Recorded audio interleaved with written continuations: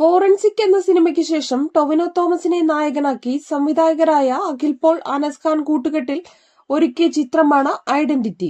ചിത്രത്തിൽ ഗംഭീര പ്രതികരണമാണ് പ്രേക്ഷകരിൽ നിന്നും നിരൂപകരിൽ നിന്നും ലഭിക്കുന്നത്. 2025 തുടക്കം ഗംഭീരമായെന്നാണ് പ്രേക്ഷക പ്രതികരണം. നിലവാരമുള്ള ചിത്രമാണെന്നും നല്ല മേക്കിംഗ് ആണെന്നുമാണ് ഐഡന്റിറ്റിയെക്കുറിച്ച് പ്രേക്ഷകരുടെ അഭിപ്രായം. കേരളത്തിൽ മാത്രമല്ല തമിഴ്നാട്ടിലും ചിത്രത്തിന് മികച്ച വരവേൽപ്പാണ് ലഭിക്കുന്നത്. രാഗം മൂവീസിന്റെ ബാനറിൽ രാജു മല്യത്ത്, കോൺഫിഡൻസ് ഗ്രൂപ്പിന്റെ ബാനറിൽ ഡോക്ടർ റോയി CJ എന്നിവർ ചേർന്നാണ് ചിത്രം നിർമ്മിച്ചത്.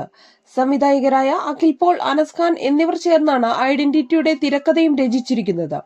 ഐഡന്റിറ്റിയിൽ നിറഞ്ഞു നിൽക്കുന്നത് 3 കഥാപാത്രങ്ങളാണ്: ഹരനും ആലിഷയും അലനും.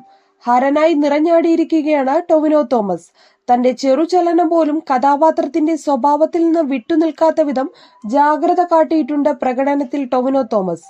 അലൻ ജേക്കബായി വിനയ് റോയ് സിനിമയുടെ നെടുന്തൂണാവുകയാണ്. രൂപത്തിലും ഭാവത്തിലും സൂക്ഷ്മത പുലർത്തിയാണ് ചിത്രത്തിൽ നടൻ വിനയ് റോയ് പകർന്നാടിയിരിക്കുന്നത്.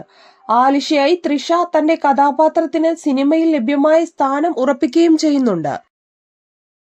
ഐഡന്റിറ്റിയെ ചടുലമാക്കുന്നത് പശ്ചാത്തല സംഗീതമാണ്. ഐഡന്റിറ്റിയുടെ പ്രമേയത്തിന് അടിവരയിടുന്ന പശ്ചാത്തല സംഗീതമാണ് ജേംസ് ബിനോയുടേത്. അഖിൽ ജോർജിന്റെ ഛായാഗ്രഹണം ടൊവിനോ ചിത്രത്തിന്റെ പ്രമേയത്തിനൊത്തുള്ളതാണ്. ചമൻ ചാക്കോയുടെ കട്ടുകൾ ഐഡന്റിറ്റി സിനിമയുടെ താളത്തിന് നിർണായകമാകുന്നു. ആദ്യാവസാനം പ്രേക്ഷകനെ ത്രില്ലടിപ്പിക്കുന്ന രീതിയിലുള്ള സാങ്കേതിക മികവിൽ സസ്പെൻസ് കഥയുമായി അന്യഭാഷാ സിനിമകളോട് മത്സരിക്കാൻ പോകുന്ന വിധത്തിൽ ഒരുക്കിയിരിക്കുന്ന ചിത്രമാകുന്നു ഐഡന്റിറ്റി. ബിഗ് ബഡ്ജറ്റിൽ ഒരുങ്ങിയ ചിത്രം ശ്രീഗോകുലം മൂവീസിനു വേണ്ടി ഡ്രീം ബിഗ് ഫിലിംസ് ആണ് തിയേറ്ററുകളിൽ എത്തിച്ചിരിക്കുന്നത്.